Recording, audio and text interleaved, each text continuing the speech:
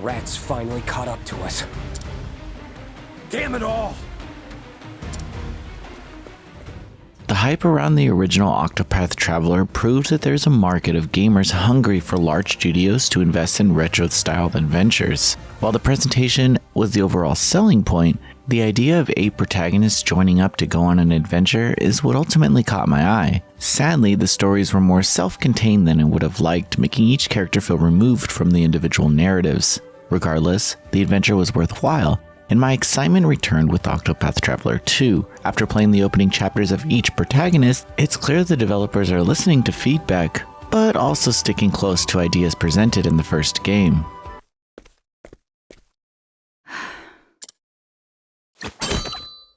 A good dagger is not unlike one's own hand. Flexible, deft, and capable of taking a life with a flick of a wrist.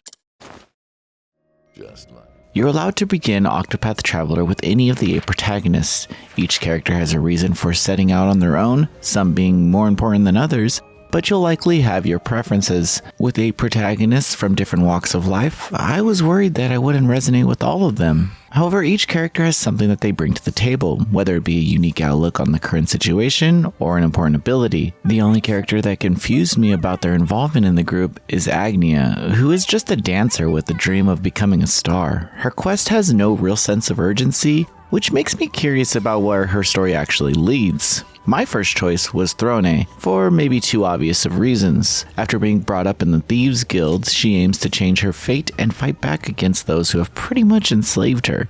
Her ability allows her to steal from NPCs during the day or knock them out at night. The success rate depends on a few factors, including level, but I won't lie and say I didn't cheese some of the lower probability equipment steals by saving before and loading if I failed. Reputation scores in towns will drop if you get caught slipping 5 times. The reputation score will decrease no matter which protagonist fails the ability check. However, it is possible to reverse this at the pub with a little bit of coin, but I digress. The mechanic is shared with each of the protagonists, who have unique abilities that depend on the time of the day, a feature that you can fully control with the press of a button. The first chapters of each character highlights their abilities and how to utilize them, which is essential because it's a feature you'll be using a lot.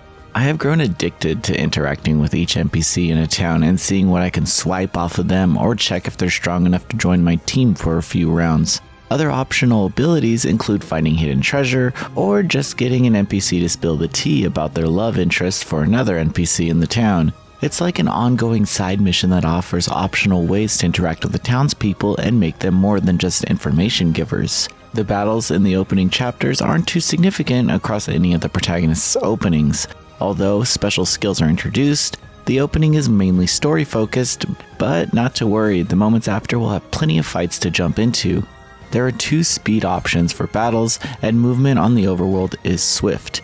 Everything seems streamlined to cater to various JRPG fans, with options to fit a player's playstyle. After completing the chosen character's opening chapter, you're free to explore and continue to the next chapter or grow your team. There's an enormous amount of freedom given to the player once they set off, and I was thoroughly surprised to find myself able to venture off the beaten path, where I quickly died because I was underleveled. Still, at least I had the option. After playing using the English dub, I can say that it is really good. This is mainly important because of how freaking fantastic the soundtrack is, and you wouldn't want the audio tracks to be completely overshadowed by the banger of a soundtrack that this game offers. The UI can sometimes be a bit tough to read, especially when checking out the equipment details.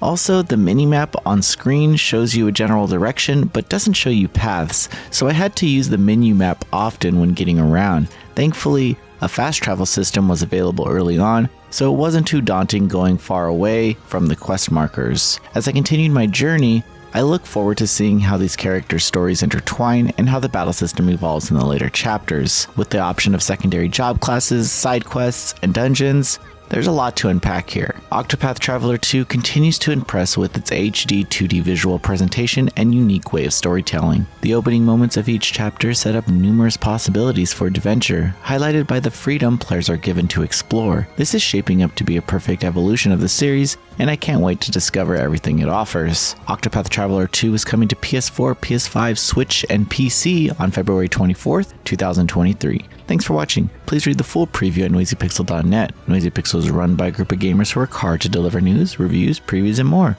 Please subscribe to keep up with all our future content.